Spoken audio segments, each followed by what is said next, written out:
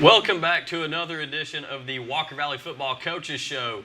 I'm Andy Morris, joined by Coach Harvey, and of course your head coach, Drew Akins. And this is Bradley week. It's a big week coming up. But before we dive into Bradley, Coach, let's talk about last week's matchup against rival Cleveland. Of course, a huge victory for the Mustangs, 20-14. Yeah, obviously it's a big win for us. First time since I've been here that we've been able to beat Cleveland, and really first time we've been competitive against Cleveland. So really excited for our kids, really excited for our coaching staff. You know, I try to get on here every week and praise our guys, but man, our defensive staff once again just showed up and played a great game. They had a great scheme, they had a great plan, and that's part of the reason why I wanted Coach Harvey to be here, just to kind of talk about their plan and talk about kind of the build up to the game. You know, in the pregame, all the talk that we heard, and then in the game, you know, his coaching and his staff's coaching and their ability to adjust to things going on within the game was really impressive. So really excited for him and his staff. But man, in the end, our kids just laid it on the line. Our kids really had a special night. And how many moments, even, you know, you've been doing this, 4 years now? Is that about right? This is my fifth or sixth year, I believe. Fifth or sixth year. So you've been here the whole time I've been here. How many times have we been in that moment? And in that moment, we find a way to lose the game, or we find a way we don't finish a game like that. And at some point, I guarantee in a lot of people's minds, you know, when we kick that field goal and it's 20-14, and they're getting the ball back, how many people in that moment thought, man, we're going to lose by one? And our kids just never thought that. Our coaches staff never thought that. This team has a different aura about them. They have a different mentality, and they never thought, hey, we're gonna lose by one. And you never saw that mentality come in. You saw a group of guys that said, hey, let's go finish this game. And for it to end the way it ended, with a defensive interception by Zeke, and just a really cool ending, and that kind of started the celebration for the night. So really excited for our program, extremely excited for our kids, and so proud of Coach Harvey and our entire football staff for the way we prepared for this one. So as Coach Akins said, we do have a treat this week. We've got defensive coordinator Taylor Harvey here with us. Coach Harvey, first of all, thanks for joining us. Glad to finally get you on the show with us. Long overdue. We're going to put that one on Coach A, because we're going to have you on here more. But Coach threw out Zeke's name, Zeke Garrison, a huge contributor to the defense. Jacob Hollingsworth, another one. And then CP, Connor Phillips, unbelievable night for him, just causing chaos in the backfield. Kind of talk about your mentality defensively for your 11 defenders, and how you approach a game, especially a rivalry game like Bradley, and how you got the job done. Yeah, man, I appreciate you guys having me here. It is long overdue. I ask Coach every weekend, when am I going to get my shot? We're putting it on him today. No, man, our kids just, God, they play hard. They buy into every little thing we ask them to do.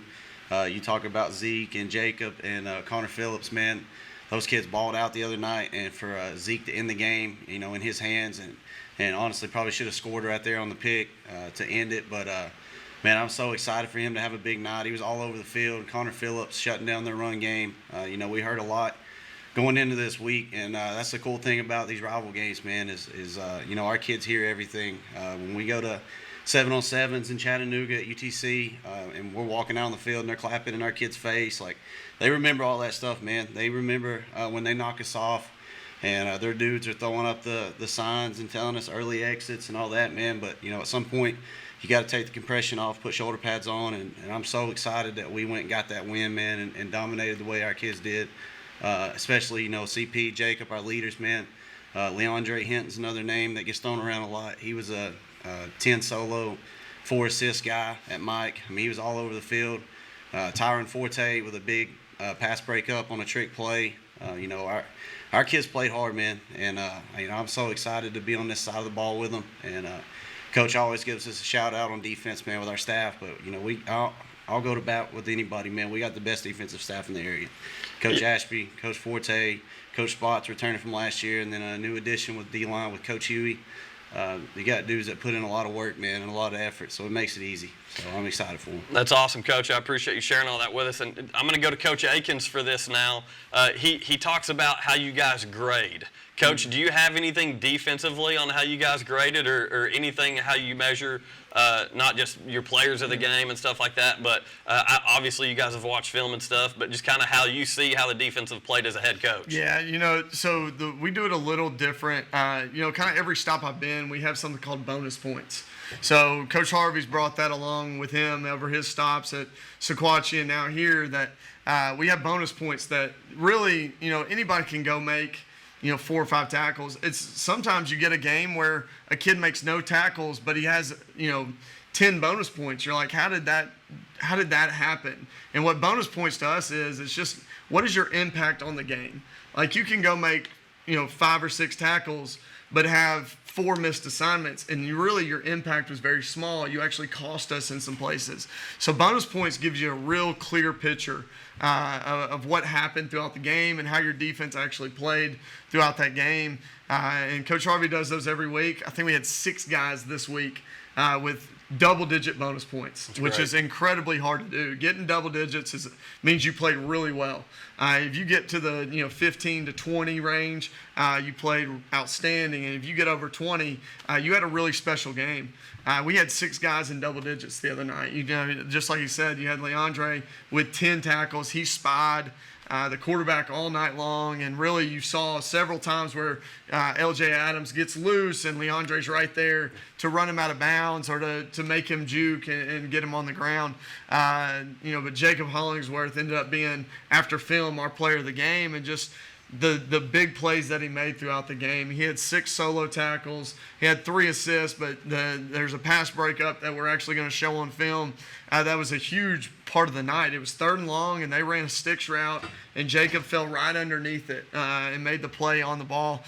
He's so close. He's really close to having 3 interceptions on the year, but just that pass breakup was huge. Tyron's pass breakup was massive at that moment. I mean, you're talking about going into halftime tied versus going into halftime up 7, and then us being able to get to a 2-score game. Like, that all happens because Ty breaks up that trick play.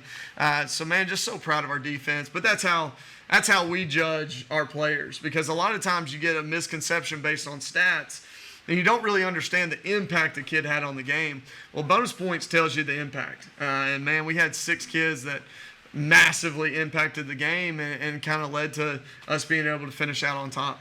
So, Coach, real quick, before we let Coach Akins take it away with some video footage, let's give the secondary some credit as well. That's an area that I particularly pay a lot of attention to, and great coverage, which allowed those guys to get pressure on LJ last week. Talk about your secondary a little bit. Yeah, for sure. Like I said, giving our staff a shout-out, man. Coach Ashby's one of the best DB guys around, and honestly, we had Coach Spots coming back in the secondary as well, so we got 2 guys working with safeties and corners, man, and they drill those dudes like crazy.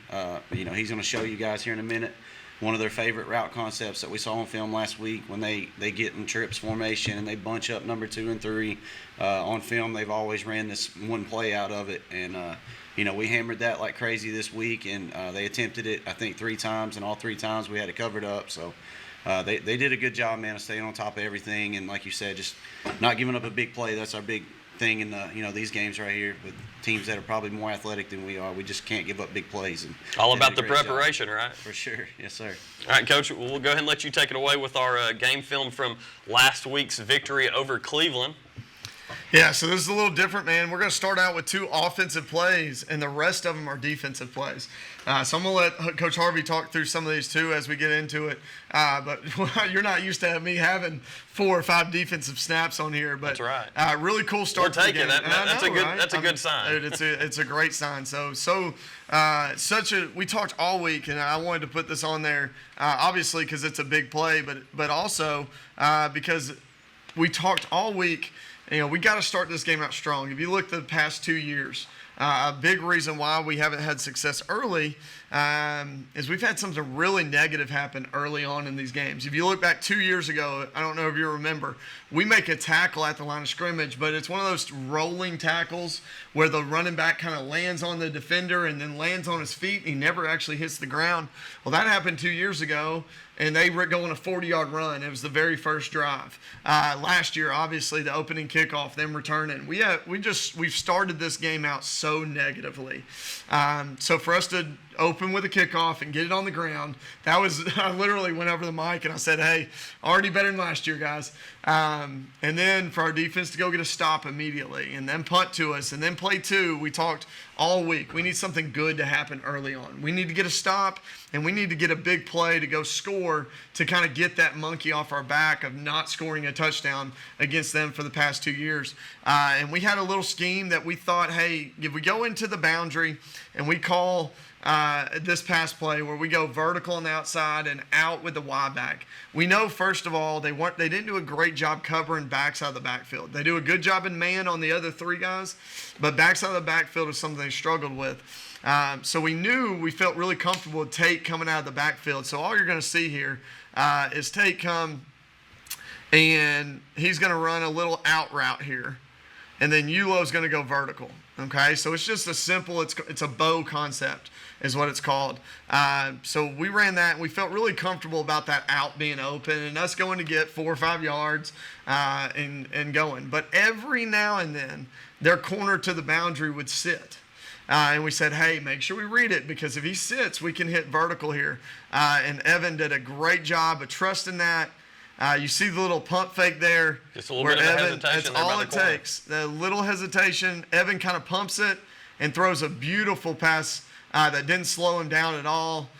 Roman gets behind the defense and goes scores. That's what we talked about all week, man. We've got to have something where we're able to go have a big play early, and really cool play there by our guys. This play, we go back to what I just said with, hey, they don't do a great job of covering backs out of the backfield. They do a really good job with the receivers, and you saw the struggle that we had getting the ball receivers throughout the night. But when it comes to getting the ball out of the backfield, they don't do a great job covering this. So we came in on Sunday, and we developed this. This is kind of a thought we've had in the past, but we tweaked it just to get the right guys in the right places. So what we did was we said, hey, Roman, you're going to inside release, and you're just going to take these two guys to the other side of the field. Okay, that's his only job. He's not part of this route concept at all. Tate, you're going to go into the field, and you're going to run a flat. You're going to run a smash route just to have an escape route over here with smash. Okay, so those are the other guys. But the main two guys was Zeke in the backfield and then Brady at receiver. So we took those two guys and we said, hey, Brady, you're going to run a shallow cross concept. And Zeke, you're going to want to run what's called a rail concept. So rails become really big in college with these backs out of the backfield running rail. So Zeke runs the rail concept, and all we're doing is reading this backer right here. If he runs with Zeke, you're going to hit the low crosser. If he stays put, then you're going to hit the rail concept. Okay? So that was all we did. And what you see is when Roman releases, it kind of picks right there. It kind of picked him just enough to where Zeke's wide open. And when Zeke catches the ball, he stretches it to the pylon and is able to get inside. And that's our second touchdown. Huge play. I was really proud of it's 2 weeks in a row that I've given our offensive staff a shout out because we developed that play specifically for this game. So really excited for our offensive staff to be able to put that together. That's it for offense. We did just enough offensively to win this ball game. We left a lot of points on the board offensively with this. So the rest of this is defense. Not turning the ball over in itself that's one thing that we talked about, Jacob and I, during the pregame keys of the game. Whoever has the most turnovers was going to lose this game. Yeah, and I like I said, we're 3 games in, knock on wood, and we've not put the ball at peril yet. Evans did a great job of protecting the football. Our running backs have had some fumbles, but we've been able to recover them. We've been lucky with that. We've got to make sure that we protect the football. That's what it comes down to. It's such a determining factor when it comes to winning or losing games. So let's go to our defense now. I want to take a minute to praise Coach Harvey's fired up. He's ready. Yeah. So I'm going to let him talk about this, but this is that big play right there, right before halftime with Tyron. Yeah, and this was actually right out of like a stoppage. You know, they pride themselves on tempo, and it does give you a hard time, man. Some of our kids ended up cramping a little bit, but luckily we're deep at D-line, and, you know, knock on wood, luckily it's been our defensive linemen that were cramping. So we knew coming out that they were going to hit something tricky. You know, they give them extra time to kind of dial stuff up, but you know, you got to love our kids, and we still fall for it. But Ty, backside safety here, if he'll roll it a little bit, they throw the ball out to the boundary to a dead screen. This is one of those plays where like everyone except our kids knew that it was a double pass coming, but he throws it out, and then it's a pass type situation. Ty does a great job recovering, plays through his hands, and honestly keeps momentum from, you know, jumping on us there. That's just a dynamic play by 24 in the back end, man. He does a great job of just being a playmaker. He's one of those kids where you try not to coach him a ton because you don't want to slow him down.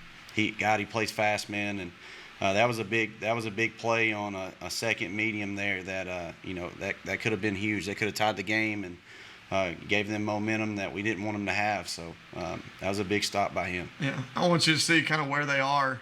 That ball's out of his hand at this point, and Tyron's a good, you know, this is 33 or what is that, 53 divided, yeah, like about 20 yards to the hash. So you're talking a good 15 yards away at an angle. So for Ty to make that ground up. But again, we talk about, you know, these defensive coaches preparing them. Coach Ashby works playing through the hands so much. Like, I can't tell you how much we work that when they catch the ball, if they get their hands on it, play through their hands with your hands.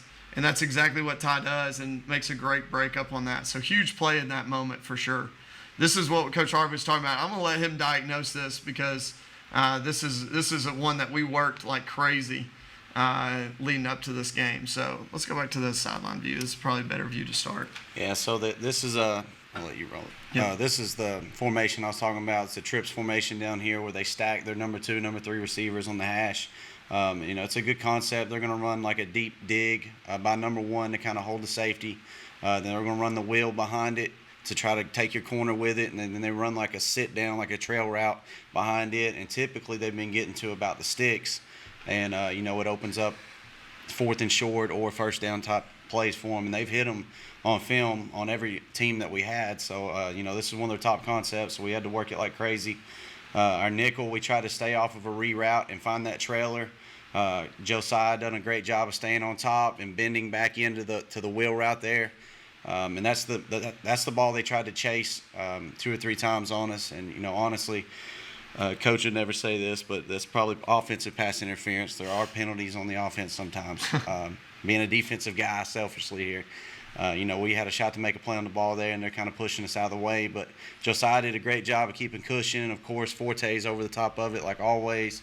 Our nickel, Spencer McCooch, was underneath that sit down, and our inside backer here was pulling up LJ real quick, so there was no quarterback run threat. And you can tell, man, we're doubling this, and the ball's already out, or we were already sitting on the inside one. And they you know, they chased that one 2 or 3 times on us, and we did a good job of staying on top of it, preventing another big play. So it's a very similar situation you saw against Clinton. They were 3rd and about as long as you're talking here. I mean, you're talking 3rd and 16, 3rd and 15, 3rd and 16. Very similar situation. And when you watch on film, they complete this for a first down right here. This is where they're trying to complete that ball. We obviously cover it. That ball is going to come out of his hand, and they're throwing deep. And Josiah did a great job of that. So that's something we work. Again, it's one of those things, guys. Our defensive staff does such a great job preparing these players for these moments. And to see that pan out is really cool. So wanted to show that one for sure. This is the play I was talking about with Jacob. We'll run through this real quick, but just such a huge play. 3rd and long. You know, it's still the 3rd quarter here. We had just kicked the onside kick. So I know there were some questions like, why kick the onside kick? Which I liked it. Yeah. I thought that was awesome. So some people love it, some people hate it. And normally, you've been around and now, again, all 5 years. I don't do this very often. Yeah. But here's why. I believe in our defense. And at this moment in the game, I believe in our defense. And what we said in the pregame, we saw something on film where they started taking off a little early, and Eli's kicked this great all week. He kicked it a little short this week. It happens. But we said when we get up 10, we're going to try to go get this onside kick, get it back, extend it out to a 3-score game instead of a 2-score game, and kind of take their will out. And if we don't get it, my sentence was, I believe in our defense. So that's why we did it. So you see, we're already at 3rd and long, 3rd and 13. Jacob does a great job here. It's better from this angle. You can kind of see Jacob on this angle. He kind of settles, make sure it's not run, and you see him just kind of drifting out here. Again, he just has such a great feel for the ball. He knows his job is to get underneath one. So he's able to go back and forth, and he breaks hard, dives, and makes that play.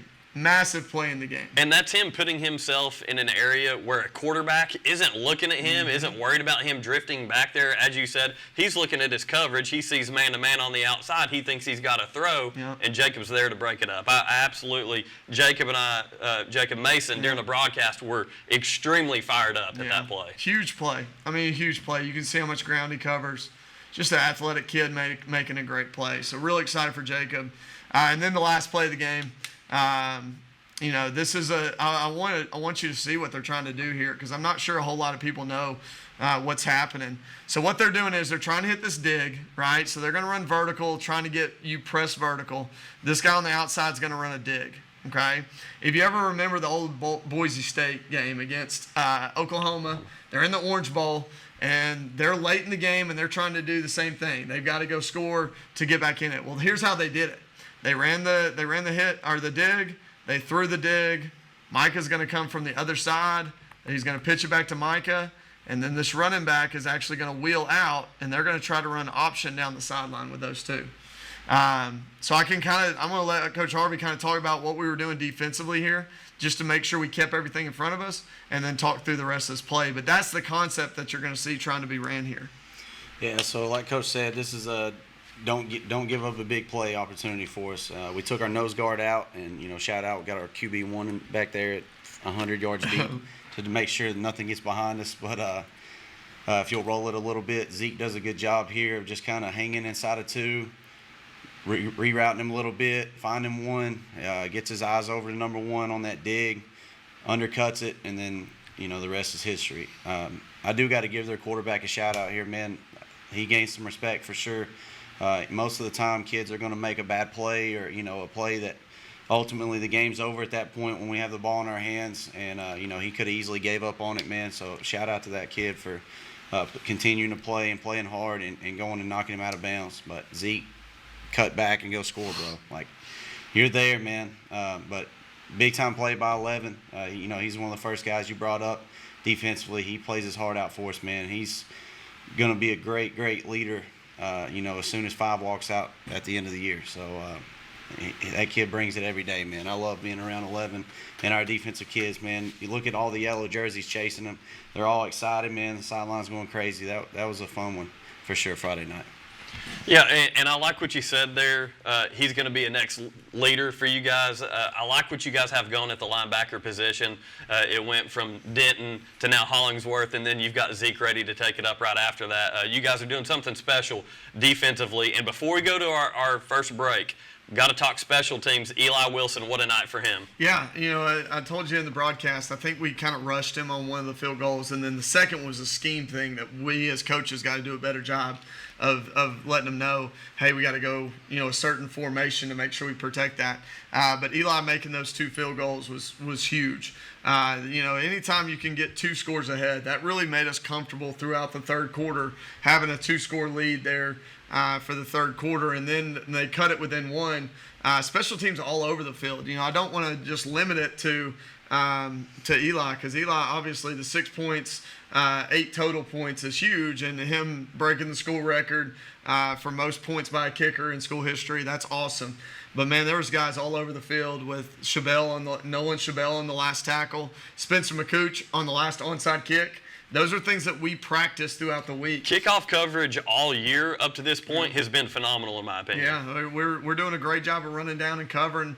And listen, that gives you confidence to kick it deep because you trust your guys are going to get it on the ground. So excited for their special teams and the way we prepared. Coach Harvey's defense did a great job on muddle huddle. You know, they've gone for 2 for the past 2 weeks before us. They went for 2 6 times. Against us, they didn't go for 2 at all because we had it covered. So we did a great job preparing for that. But I thought we did a great job. You know, they talked about being a pain to prepare for, and they make you prepare for more than most teams do. But we prepared for it. And because we prepared for it, we were successful. We had a lot of success on specials, which is where they kind of try to steal possessions. They weren't able to do that against us. And I think that speaks to the level of coaching that we have. So really excited for our coaches. I give our coaching staff complete credit for the preparation, and I give our players complete all the credit, complete credit for the execution, because I think our kids executed. I think our kids went out. We gave them a plan, and they went out and executed a plan. They definitely showed up. There's no doubt about it. So with that, we're going to go ahead and go to a commercial break. Once again, I'm Andy Morris with defensive coordinator Taylor Harvey and Walker Valley head football coach Drew Akins, and we'll be back here in just a second to preview this week's matchup against Bradley Central.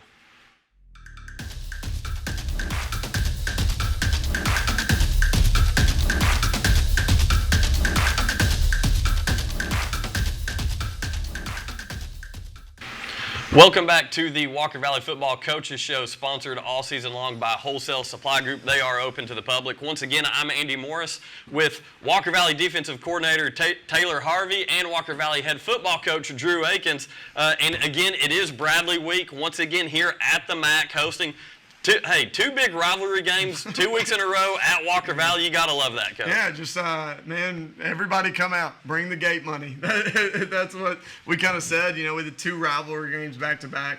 We're going to have huge crowds. So really happy for our program to be able to host these 2 games. Obviously, 2 massive games for our county. And it's another big game for us. It's going to be a great competition. It's going to be a great challenge for us.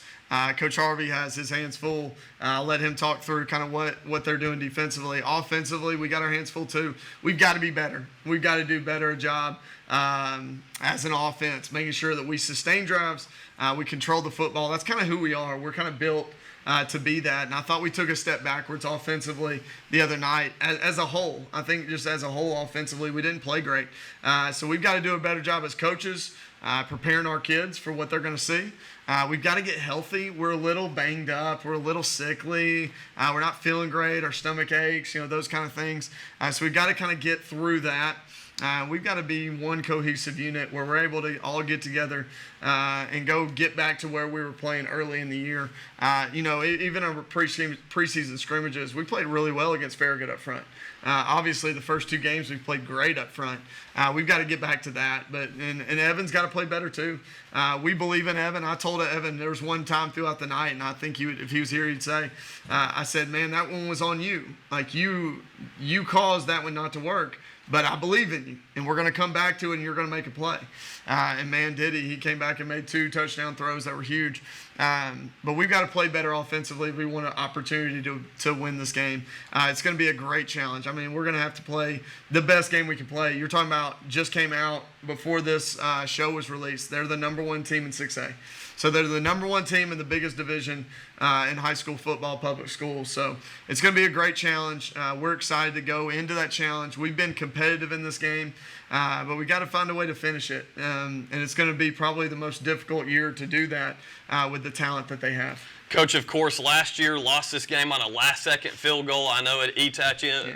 But again, this year, a little bit more hype behind this game. Both teams, Bradley and Walker Valley, 3-0, undefeated, facing each other. We talked about this before we went on air. I believe this is the first time this far into the season that we've both been undefeated playing each other. Yeah, for sure since I've been here. We've been 1-0 all 3 years, I think. All 4 years. I think they've been 1-0 too. all but one maybe. So we've been undefeated playing each other, but never this deep. After some big games for both programs. Both programs played some huge games and come out with wins. So to both be 3-0, to have the county game like we are, both teams are ranked. That hasn't happened very often where, they're number 1 in their division, we're number 9 in our division. So both teams ranked. It's obviously a huge game. But in the end, it kind of goes back to what we said last week. This game is here to prepare us for when we get to playoffs. It doesn't have any bearing on the playoffs. It just prepares us for when we get there. So we're going to make sure that we go out and we treat it like a playoff game where we have a chance to compete against a team that's incredibly athletic. It's going to be very difficult to win a ball game. We're going to have to put a game plan together that works, and our kids have got to go execute a game plan in order to get to the fourth quarter and be able to be competitive. And then we look up and we see if we can find a way to finish like we did last week. So, Coach Harvey, this is for you. A little apples and oranges here. Defensively, we faced good athletes from Notre Dame, from Cleveland, and had success. Obviously, Bradley's a little bit different beast, but again, we've had success against their quarterback before when he was at Ray County. First time we're going to see Boo Carter. What does that present for your defense? Yeah, the quarterback is the kind of the missing piece there. When he was at Ray, he was under center, so like his athleticism didn't show as much. But now he's 5 yards back taking shotgun snaps, and they're reading a lot more with him now. They're letting him run around a lot more now, and he's a dynamic athlete, man. We definitely got our hands full this week. Just earlier just saying that we got to limit big plays. This is absolutely one of them, man. No one's done it up to this point. Even Maryville, they knocked off last week. The Boo Carter kid was cutting back across field, making them look silly. So we just got to limit big plays, man. And even if it turns into scoring droughts for them, it's got to be 6, 8, 9 plays for them and not 2 snaps and big shot. So, we got our hands full, man. We got to tackle in space this week. Talking about linebackers, they got to have a big-time night, man. That running back they've had the last 2 years has kind of been our kryptonite. So we got to get him on the ground. We got to make him snap it again. We got to not give up big plays and just see where we're at in the fourth, man. That's kind of it. Absolutely. So, Coach Akins, real quick, let our listeners and our viewers know start time, everything, how all that's going to work out for Friday night. Yeah. So, Friday, 7 o'clock. Again, just like last week, I would make sure that you go get your tickets beforehand. Go to Gobbles Automotive. Gobbles Town Square and Monogram Market. Monogram Market. You can come to Walker Valley. We'll have tickets in the main office. Bradley Central will have tickets in the main office. So I would try your hardest to make sure you go get tickets beforehand because it's going to be really difficult once you get here to find parking and be able to get in line for a ticket. It's going to be way easier if you already have your tickets. You can just go to the pass gate and get in that way. It's a 7 o'clock kickoff. Excited again about the pregame festivities. This week we're hosting ATS The Bridge and Wright Brothers. Obviously, their focus is making sure kids understand the difficulties and the fear that people have with drugs and what those things can do in your life. Fentanyl is their number one thing that they're trying to get kids. Bring awareness to drug awareness as well as vapes and just the things that can be in those that we really don't know, that you can't see. And fentanyl is one that's become a big killer. And they want to make sure kids know the risks that they're taking anytime they put something in their bodies that they don't know exactly what it is. So excited to have them there. That's the hat I'm wearing. Coach Akins always comes prepared, got the hat on. Always repping. Last week, I do want to say a thank you to everybody with the Gold Night.